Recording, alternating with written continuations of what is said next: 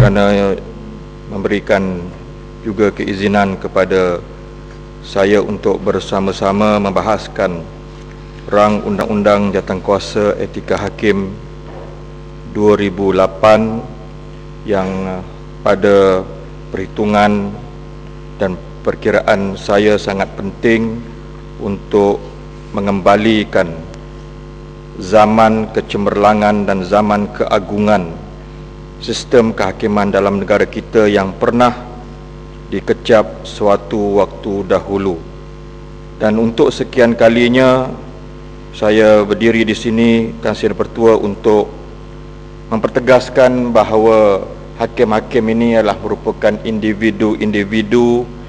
dalam sistem kehakiman negara yang sangat berperanan untuk menegakkan keadilan, khususnya di dalam negara kita. Sekiranya mereka tersilap ataupun mereka tersalah dalam membuat perhitungan, maka kesannya amat besar dan implikasinya terhadap orang awam, dan apa yang lebih penting daripada itu adalah maruah ataupun integriti negara itu sendiri akan dicemari dan akan menjadi bahan ketawa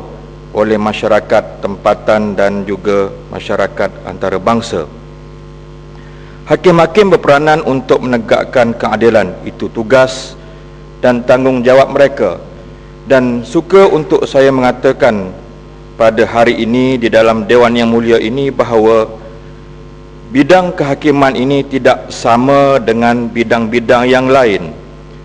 Kalau dalam bidang perubatan dan kesihatan contohnya,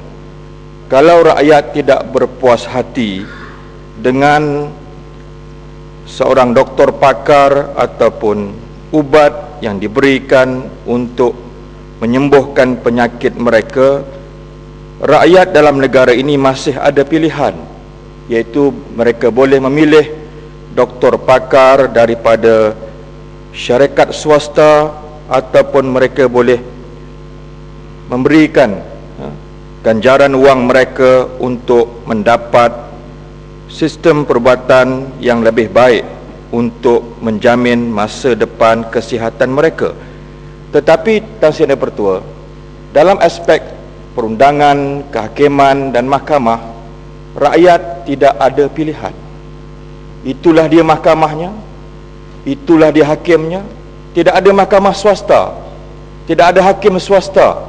yang rakyat kalau merasakan mereka tidak mendapat pembelaan yang sewajarnya, mereka tidak ada pilihan, maka itulah yang ada di hadapan mereka. Maka dengan sebab itulah Tan Sri Pertua, kita akan terus berjuang untuk menegakkan integriti sistem kehakiman dalam negara kita. Dan kita mahu melihat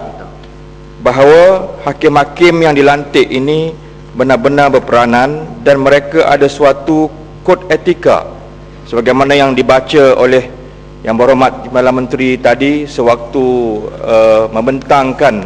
bacaan kali kedua rang undang-undang ini, yang ada menyebut dengan jelas bahawa di antara tujuan jawatankuasa kod etika ini adalah untuk mengawal selia dan memastikan bahawa para hakim kita akan dapat untuk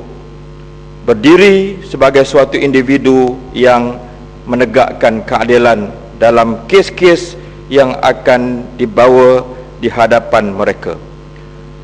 Adakah, Tan Sri Pertua, satu persoalan yang wujud dalam kotak pemikiran kita di sini bagi mewakili rakyat? Adakah isu yang melibatkan salah laku hakim ini suatu hearsay dengan izin? Adakah isu-isu yang dibicarakan tentang salah laku hakim ini suatu andaian, hanya suatu cerita-cerita yang mungkin retorik sifatnya ataupun dipolitikkan sifatnya? Adakah itu sebenarnya? Bagi saya, Tan Sri Pertua, apabila rang undang-undang ini dibawa ke dalam Dewan yang mulia ini, sudah cukup untuk menjadi satu hujah perlunya satu kod etika yang paling tidak pun semua pihak berpandangan bahawa mesti ada suatu tata cara, suatu proses penyeliaan akhlak tingkah laku